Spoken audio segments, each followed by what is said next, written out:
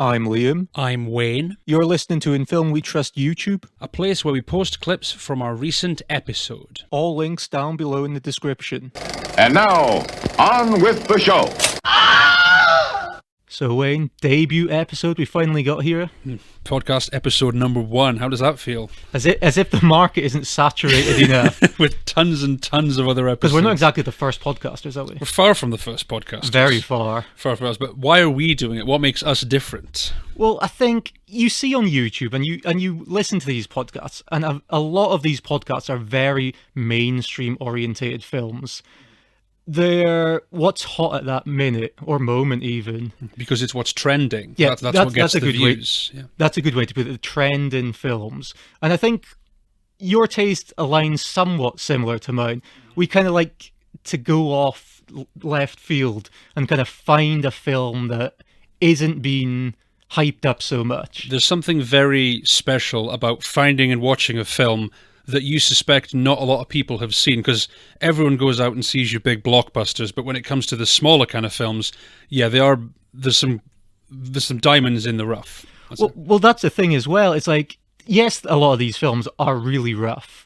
They don't have the budget a big Hollywood film has, but you can see the intent of the filmmaker and the passion there, and you realize, okay, behind the schlock or the kitschiness is a really good idea, at least. Yeah, they have the idea. They just don't necessarily have the budget to do it in like in a big mainstream way. But in a lot of ways, that's better, because it means these movies do feel very different. It doesn't feel like your typical cookie cutter blockbusters. Well, yeah, and when you find these films, you feel them more personally, as ridiculous as that sounds, because you can identify with a filmmaker more than you can some Hollywood millionaire. Yeah, because those movies, they don't always make their budget back, but a lot of people will just flock to them. But like the little ones that are hidden here and there, yeah, they're a lot more unique, and there's some very interesting ideas, but because they don't have the budget, they don't have the promotion, a lot of them just go unappreciated. Well, yeah, which is a shame. And have you ever noticed, you see the same with a lower independent film, like say from the 70s to the 90s to the 2000s, whatever decade it is.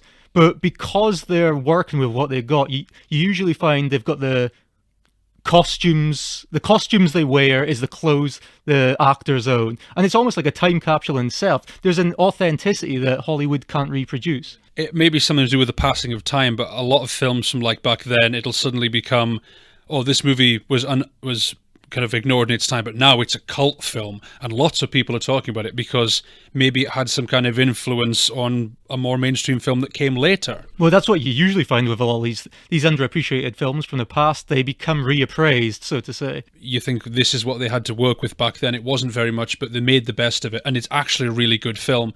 It just, again, didn't receive the promotion that other films received. And that's kind of the genesis for this kind of podcast. Yeah, definitely, because we've spent weeks and weeks just talking about, oh, have you seen this film? Have you seen this film? Oh, you should go and watch this. You should definitely check this out. If you like this, you'll like this.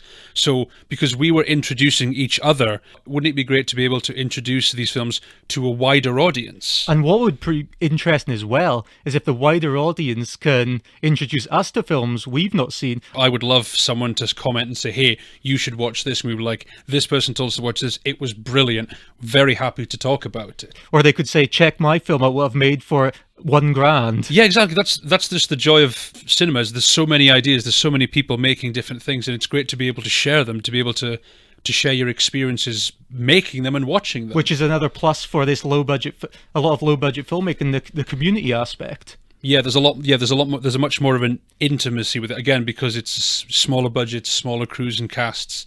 Yeah, it feels a lot more almost family-like.